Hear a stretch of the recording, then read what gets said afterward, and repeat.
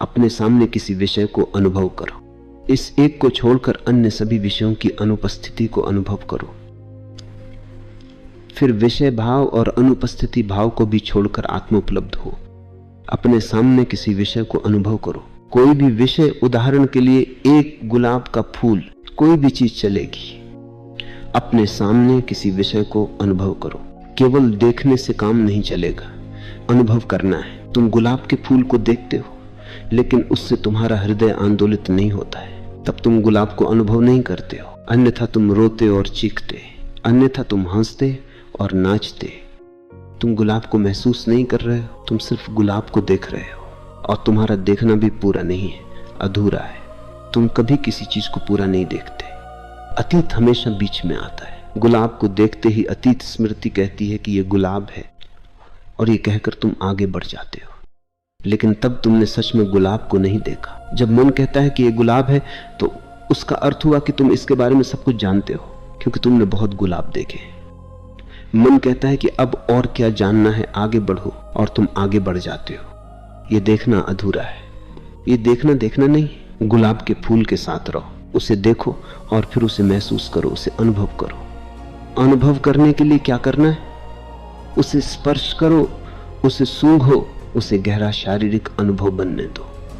पहले अपनी आंखें बंद करो और गुलाब को अपने पूरे चेहरे को छूने दो। इस स्पर्श को महसूस करो। फिर गुलाब को आंख से स्पर्श करो, फिर गुलाब को नाक से सूंघो, फिर गुलाब के पास हृदय को ले जाओ और उसके साथ मौन हो जाओ। गुलाब को अपना भाव अर्पित करो। सब कुछ भूल जाओ, सारी दुनिया को भूल जाओ। 0, 5, गुलाब के साथ समग्रता रहो। यदि तुम्हारा मन अन्य चीजों के संबंध में सोच रहा है, तो गुलाब का अनुभव गहरा नहीं जाएगा। सभी अन्य गुलाबों को भूल जाओ, सभी अन्य लोगों को भूल जाओ, सब कुछ को भूल जाओ। केवल इस गुलाब को रहने दो। यही गुलाब हो, यही गुलाब। सब कुछ को भूल जाओ, केवल इस गुलाब को रहने दो।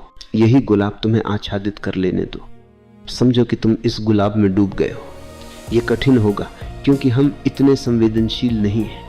लेकिन स्त्रियों के लिए यह उतना कठिन नहीं होगा, क्योंकि वे किसी चीज को आसानी से महसूस करती। पुरुषों के लिए यह ज्यादा कठिन होगा। हाँ, अगर उनका सौंदर्य बोध विकसित हो, कवि, चित्रकार या संगीतकार का सौंदर्य बोध, तो बात और है, तब वे भी अनुभव कर सकते हैं। लेकिन इसका प्रयोग करो। बच्चे ये प्रयोग बहुत सरलता से कर सकते। मैं अपने एक मित्र के बेटे को यह प्रयोग सिखाता था। वो किसी चीज को आसानी से अनुभव करता था। फिर मैंने उसे गुलाब का फूल दिया और उससे वही कहा जो तुम्हें अब कह रहा हूं। उसने ये किया और कहा, मैं गुलाब का फूल बन गया। मेरा भाव यही है कि मैं ही गुलाब का फूल हूं। बच्चे इस विधि को बहुत आसानी से कर सकते हैं, लेकिन हम उन्हें इसमें प्रशिक्षित नहीं करते। प्रशिक्षित किया जाए तो बच्चे सर्वश्रेष्ठ ध्यानी हो सकते हैं। अपने इस एक को छोड़कर अन्य सभी विषयों की अनुपस्थिति को अनुभव करो। प्रेम में यही घटित होता है। अगर तुम किसी के प्रेम में हो तो तुम सारे संसार को भूल जाते हो, और अगर अभी भी संसार तुम्हें याद है तो भली भांति समझो कि यह प्रेम नहीं है। प्रेम में तुम संसार को भूल जाते हो, सिर्फ प्रेमिका या प्रेमी याद रहता है। 0, 5, इसलिए मैं कहता हूं कि प्रेम ध्यान है। तुम इस विधि को प्रेम विधि के रूप में भी उपयोग कर सकते हो। अब अन्य सब कुछ भूल जाओ। कुछ दिन हुए, एक मित्र अपनी पत्नी के साथ मेरे पास आए। पत्नी को पति से कोई शिकायत थी, इसलिए पत्नी आई थी। मित्र ने कहा कि मैं 1 वर्ष से ध्यान कर रहा हूं और लगता है कि यह आवाज मेरे ध्यान में सहयोगी है। लेकिन अब एक आश्चर्य की घटना घटती है। जब मैं अपनी पत्नी के साथ संभोग करता हूं और संभोग शिखर छूने लगता है, तब भी मेरे मुंह से रजनीश की आवाज निकलने लगती है। और इस कारण मेरी पत्नी को बहुत अड़चन होती है।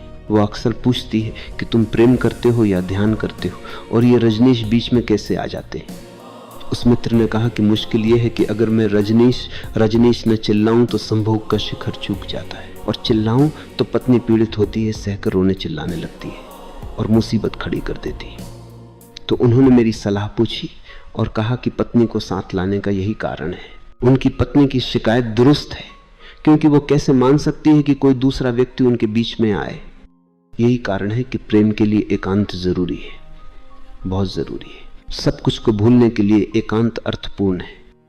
अभी यूरोप और अमेरिका में वे समूह संभोग का प्रयोग कर रहे हैं। एक कमरे में अनेक जोड़े संभोग में उतरते हैं। ये मूर्खता है, अत्यंतिक मूर्खता, क्योंकि समूह में संभोग की गहराई नहीं हो सकती। वो सिर्फ काम क्रीड़ा बनकर रह जाएगी, दूसरों की उपस्थिति बाधा बन जाती है। तब इस संभोग को ध्यान भी नहीं बनाया जा सकता। अगर तुम शेष संसार को भूल सको तो ही तुम किसी विषय के प्रेम में हो सकते हो, चाहे वो गुलाब का फूल हो या पत्थर हो या कोई भी चीज हो। 0 4 शर्त यही है कि उस चीज की उपस्थिति महसूस करो और अन्य चीजों की अनुपस्थिति महसूस करो। केवल वही विषय वस्तु तुम्हारी चेतना में अस्तित्वगत रूप से रहे। अच्छा हो कि इस विधि के प्रयोग के लिए कोई ऐसी चीज चुनो जो तुम्हें प्रीतिकर हो। अपने सामने एक चट्टान रखकर शेष संसार को भूलना कठिन होगा, ये कठिन होगा। लेकिन जैन सद्गुरुओं ने यह भी किया है। उन्होंने ध्यान के लिए रॉक गार्डन बना रखे। वहां पेड़ पौधे या फूल नहीं होते, पत्थर और बालू होते, और वे पत्थर पर ध्यान करते हैं। वे कहते हैं कि अगर किसी पत्थर के प्रति तुम्हारा गहन प्रेम हो तो कोई भी आदमी तुम्हारे लिए बाधा नहीं हो सकता। और मनुष्य चट्टान जैसा ही तो है। अगर तुम चट्टान को प्रेम कर सकते हो तो मनुष्य को प्रेम करने में क्या कठिनाई, तब कोई अड़चन नहीं। मनुष्य चट्टान जैसा है, उससे भी ज्यादा पथरीला। उन्हें तोड़ना, उनमें प्रवेश करना अति कठिन है। लेकिन अच्छा हो कि कोई ऐसी चीज चुनो जिसके प्रति तुम्हारा सहज प्रेम हो, और तब शेष संसार को भूल जाओ। उसकी उपस्थिति का मजा लो, उसका स्वाद लो, आनंद लो, उस वस्तु में गहरे उतरो और उस वस्तु को अपने में गहरा उतरने दो। फिर विषय भाव को छोड़कर। अब इस विधि का कठिन अंश आता है। तुमने पहले ही सब विषय छोड़ दिए, सिर्फ ये एक विषय तुम्हारे लिए रहा है। सबको भूल कर एक इसे तुमने याद रखा था। अब विषय भाव को छोड़कर अब उस भाव को भी छोड़ दो। अब तो 2 ही चीजें बची हैं, एक विषय की उपस्थिति है और शेष चीजों की अनुपस्थिति है। अब उस अनुपस्थिति को भी छोड़ दो। केवल ये गुलाब या केवल ये चेहरा, या केवल ये स्त्री या केवल ये पुरुष या ये चट्टान की उपस्थिति बची है, उसे भी छोड़ दो। और उसके प्रति जो भाव है उसे भी 0 4। तुम अचानक एक आत्यंतिक शून्य में गिर जाते हो जहां कुछ भी नहीं बचता। और शिव कहते हैं आत्मोपलब्ध हो, इस शून्य को, इस नाकुछ को उपलब्ध हो। यही तुम्हारा स्वभाव है, यही शुद्ध होना है। शून्य को सीधे पहुंचना कठिन होगा, कठिन और श्रम साध्य है। इसलिए किसी विषय को माध्यम बनाकर वहां पहुंचना अच्छा है। पहले किसी विषय को अपने मन में ले लो और उसे इस समग्रता से अनुभव करो कि किसी अन्य चीज को याद रखने की जरूरत न रहे। तुम्हारी समस्त चेतना इस एक चीज से भर जाए और तब इस विषय को भी छोड़ दो, इसे भी भूल जाओ। तब तुम किसी अगाध अतल में प्रविष्ट हो जाते हो जहां कुछ भी नहीं। वहां केवल तुम्हारी आत्मा है, शुद्ध और निष्कलुष। ये शुद्ध अस्तित्व, ये शुद्ध चैतन्य ही तुम्हारा स्वभाव है। लेकिन इस विधि को कई चरणों में बांटकर प्रयोग करो। पूरी विधि को एक बार की काम में मत लाओ। पहले एक विषय का भाव निर्मित करो। कुछ दिन तक सिर्फ इस हिस्से का प्रयोग करो, पूरी विधि का प्रयोग मत करो। पहले कुछ दिनों तक या कुछ हफ्तों तक इस एक हिस्से की साधना करो, विषय भाव पैदा करो। पहले विषय को महसूस करो और एक ही विषय चुनो, उसे बार बार बदलो मत, क्योंकि हर बदलते विषय के साथ तुम्हें फिर उतना ही श्रम करना होगा। अगर तुमने विषय के रूप में गुलाब का फूल चुना है तो रोज रोज गुलाब के फूल का ही उपयोग करो। उस गुलाब के फूल से तुम भर जाओ, भरपूर हो जाओ। ऐसे भर जाओ कि एक दिन कह सको कि मैं फूल ही हूं। तब विधि का पहला हिस्सा सद गया, पूरा हुआ। जब फूल ही रह जाए और शेष सब कुछ भूल जाए, तब इस भाव का कुछ दिनों तक आनंद लो। ये भाव अपने आप में सुंदर है, बहुत बहुत सुंदर है। ये अपने आप में बहुत प्राणवान है, शक्तिशाली है। 0 5 कुछ दिनों तक यही अनुभव करते रहो और जब तुम उसके साथ रचपच जाओगे, लयबद्ध हो जाओगे, तो फिर वो सरल हो जाएगा। फिर उसके लिए संघर्ष नहीं करना होगा। तब फूल अचानक प्रकट होता है और समस्त संसार भूल जाता है, केवल फूल रहता है। इसके बाद विधि के दूसरे भाग पर प्रयोग करो। अपनी आंख बंद कर लो और फूल को भी भूल जाओ। याद रहे, अगर तुमने पहला भाग ठीक ठीक साधा है तो दूसरा भाग कठिन नहीं होगा। लेकिन यदि पूरी विधि पर एक साथ प्रयोग करोगे तो दूसरा भाग कठिन ही नहीं, असंभव होगा।